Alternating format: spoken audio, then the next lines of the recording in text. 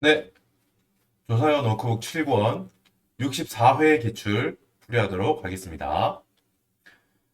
자, 이제 우리가 앞에서 그 조사연 워크북 6권 65회 기출을 이제 다 이제 하고 공부를 하고 이제 넘어오셨을 텐데, 65회 같은 경우는 앞에 그 인트로 쪽에 있는 뭐 소개, 공부 방법 소개 빼고 순수하게 이제 강의 시간만 2강부터 20한 5강까지 해서 순수하게 시간으로 하면 1200분이었습니다. 20시간이죠. 20시간이었고, 뒤에 압축 특강으로 3시간 동안 압축 특강에서 26, 27, 28강에 3시간 압축 특강이 있었죠. 그렇게 해서 65회 강의를 마무리 했었고, 이제 다음 64회, 그 다음 최신 기출이죠. 64회 이제 교재를 이제 제가 완성을 하고, 이제 촬영을 이제 시작합니다. 이제 워크북 7권, 조사용 워크북 7권 이제이고요. 자, 혹시 이제 6권, 65회 기출을 좀 공부를 안 하시고 지금 이제 들으시는 분이 있을 수 있는데, 이 64회부터 들으시는 분이 있다면은 아무래도 전체적인 방향을 먼저 말씀드릴게요. 65회 기출 있죠? 65회 기출 조사회 워크북 6권. 6권이 이제 가장 자세한 강의가 될 거고, 이 64회 기출도 기본적으로는 제가 충분히 자세히 설명을 할 겁니다. 충분히 자세히 이론 보고, 관련 이제 개정세법, 세법 내용, 이론 정리하고, 그 문제 풀고, 문제풀이하고, 답안에 옮겨 적는 것까지, 충분히 자세히 할 건데, 아무래도 앞쪽에 처음 이제 그 65회 강의 때만큼 자세하진 않을 겁니다, 아마. 65회 때는 정말 하나하나 이제 처음 이제 이 공부를 한다는, 조사용 공부를 한다는 가정을 하고, 이제 답 쓰는 방법까지 하나하나 정말 세세한 이론 정리를 해드렸다면, 요 64회 같은 경우도 이론 정리를 하기는 하지만 아무래도 65회 그 앞에 있는 지금 강의 우리 그 재생 목록 앞쪽에 있는 강의보다는 조금 덜 자세할 수 있습니다. 그렇기 때문에 앞부터 하고 65회부터 마스터를 하고 추가적으로 이제 연습을 한다는 느낌으로 이 64회를 들으시는 게 가장 효율적일 겁니다. 물론 시간에 제약이 있다면은 이제 뭐 선택적으로 들으시겠지만 일단 충분히 공부를 한다고 하시면은 충분히 공부할 시간을 확보하시고 난 그만큼 투입할 거야 시간을 이렇게 마음을 먹으신 분들은 앞에부터 천천히 앞에부터 단계별로 하시는 게 가장 효과가 좋을 겁니다.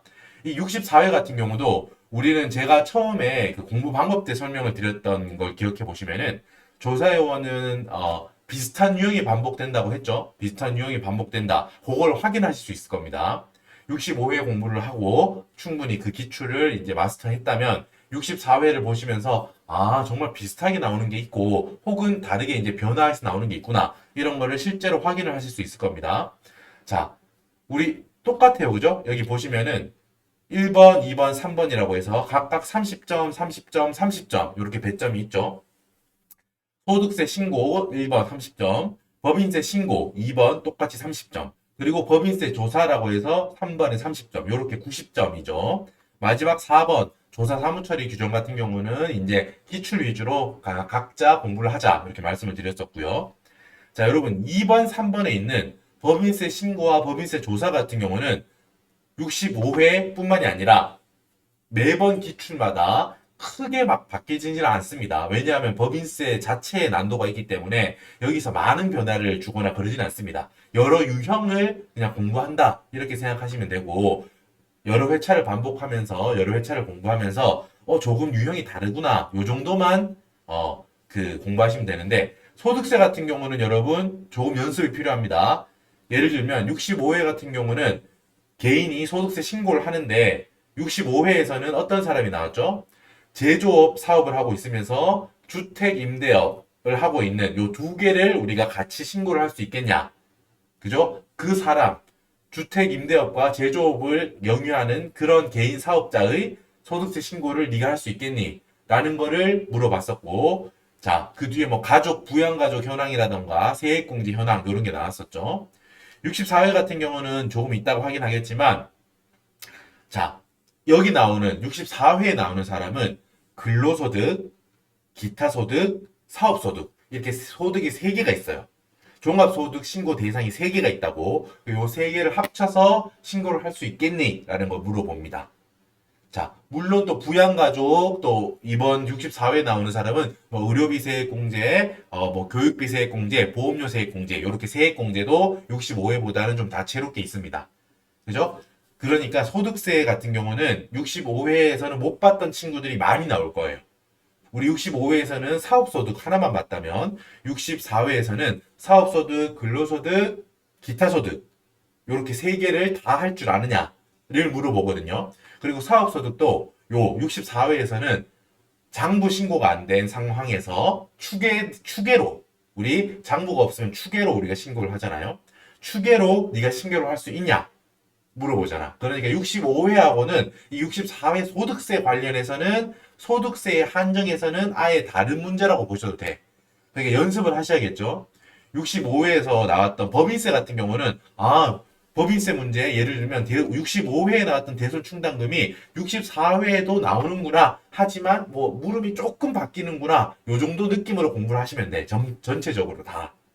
하지만 소득세 같은 경우는 65회에서 나온 사람과 64회에서 나오는 사람은 다른 사람이야. 그죠? 65회에서는 제조업과 주택 임대업 이렇게 사업소득이 있는 사람을 네가 소득세 신고를 해봐라 라는 거였고, 이번 64회에서는 어때요? 64회에서는 근로소득, 사업소득, 기타소득 이 3가지가 있고, 사업소득은 어때요? 장부 기장을 하지 않아서 추계로 신고하는 거야. 이 3개를 합쳐서 네가 소득세 신고를 할 수 있냐? 이런 경우거든요. 그러니까 소득세에 한해서는 처음 보는 게 되게 많을 거예요. 자, 하지만 우리는 이제 할 수 있겠죠, 당연히. 이제 천천히 한번 해보시고, 소득세는 이제 조금 낯설 수 있는데, 65회 하신 분들도 64회 소득세는 공부를 하실 때 조금 낯설 수 있습니다. 그래서 천천히 설명해 드릴 거예요. 제가 처음에 65회보다 조금 이제 조금 빨리 갈 거다. 그거는 법인세 쪽을 말씀드린 거고요. 소득세 같은 경우는 천천히 할 겁니다. 천천히. 아시겠죠? 자, 일단은 우리가, 그렇게 진행할 거라는 점. 뭐, 일단 우리가 64회, 언제 본 시험이죠? 20년 10월 24일 날 본 시험인데, 제가 여러분, 21년도 버전으로 요걸 바꿔놨습니다. 문제도 보면 뭐 그렇겠죠. 1번 소득세 신고. 원래 기출은 20년도 시험이니까 20년도 소득세 신고를 해라 라고 나와 있을 거야. 그죠? 근데 이런 것도 전부 다 제가 21년으로 바꿔뒀습니다. 그래서 문제에서 나오는 뭐 횟수 이런 것도 다 바꿔뒀기 때문에 연차 이런 것도 바꿔뒀습니다. 21년 소득세, 21년 법인세에 관한 문제로 다 바꿔뒀습니다. 그리고 뭐 개정 20년, 21년 사이에 뭐 개정된 게 그렇게 많진 않은데 일부 개정된 것도 반영해 놓습니다. 개정세법도 21년도 개정세법을 다 반영해 놓습니다. 예를 들면 법인세 쪽에 보면 접대비 쪽에 뭐 적격 증명을 요구하는 기준점이 있죠. 그게 얼마예요, 여러분? 21년도 기준으로 3만 원이죠, 3만 원. 하지만 20년까지는 그게 1만 원이었어요. 하지만 그것도 다 3만 원으로 바꿔서 문제도 고쳐두고 문제 풀이도 고쳐뒀습니다. 뭐 여러분들은 뭐 그런 걸 다 모르셔도 제가 알아서 고쳐뒀기 때문에 크게 걱정하지 않으셔도 된다는 겁니다. 2020년도는 또 윤년이었죠. 1년이 366일, 립이어, 윤년이었기 때문에, 뭐, 그게 법인세 쪽에 적수 계산할 때 366일로 풀이하는 그게 있는데, 그것도 제가 다 21년 기준으로 바꿔뒀습니다. 알겠죠? 그리고 여러분들은 이게 그냥 최신 개정세법이 반영되어 있다라고 아시면 되고요. 자, 한 가지 더. 개정세법이 반영되어 있습니다. 개정세법이 반영되어 있지만, 제가 공부 방법 설명할 때 뭐라고 말씀을 드렸나요? 자, 우리 시험에서 물론 개정된 게 나와요. 개정된 게 나오지만 개정된 걸 몰라서 떨어지진 않아요, 우리가. 알겠죠? 그래서 물론 수험생 입장에서는 뭐 뭐든 당연히 공부할 때는 최신 개정으로 공부를 해야겠죠. 하지만 거기에 너무 부담을 느껴가지고 내가 개정세법을 따로 막 정리를 해야지만 되나 라고까지 너무 부담 갖진 않으셔도 된다고요. 이게 예를 들면 뭐 소소한 세액공제, 소득세 쪽의 세액공제라던가 법인세 쪽에도 제가 방금 말씀드린 것처럼 뭐 접대비 쪽에 뭐 적격 증명에 대한 기준점이 변하던가, 그리고 뭐 작년 2020년은 뭐 윤년이었으니까 그거를 반영해서 적수를 계산한다던가 뭐 그런 그 자잘한 것들이 영향을 받아요. 개정세법에. 하지만 우리는 수험생 입장으로는 그렇게 스트레스 받을진 않아도 된다는 거예요.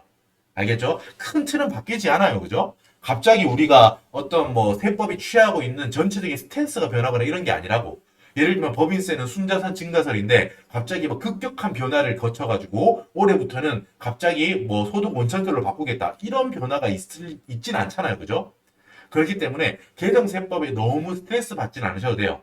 우리가 세법이 그렇게 큰 변화를 겪는 거는 간혹 있습니다. 간혹.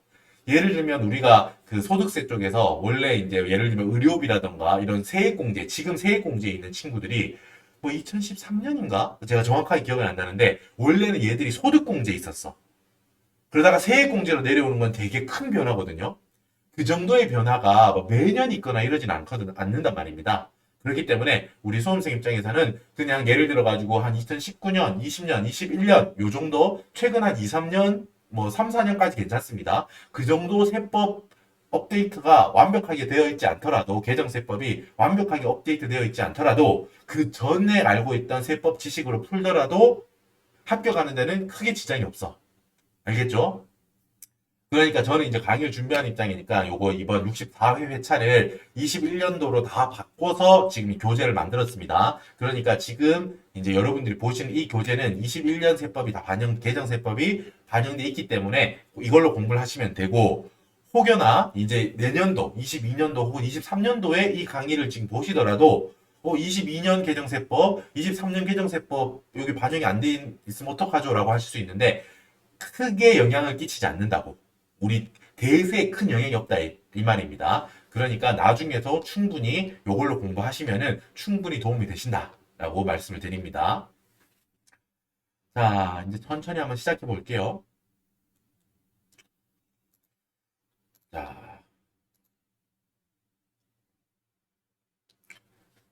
자, 문제 1번은 항상 문제 1번은 소득세 신고예요. 그죠? 30점짜리고요.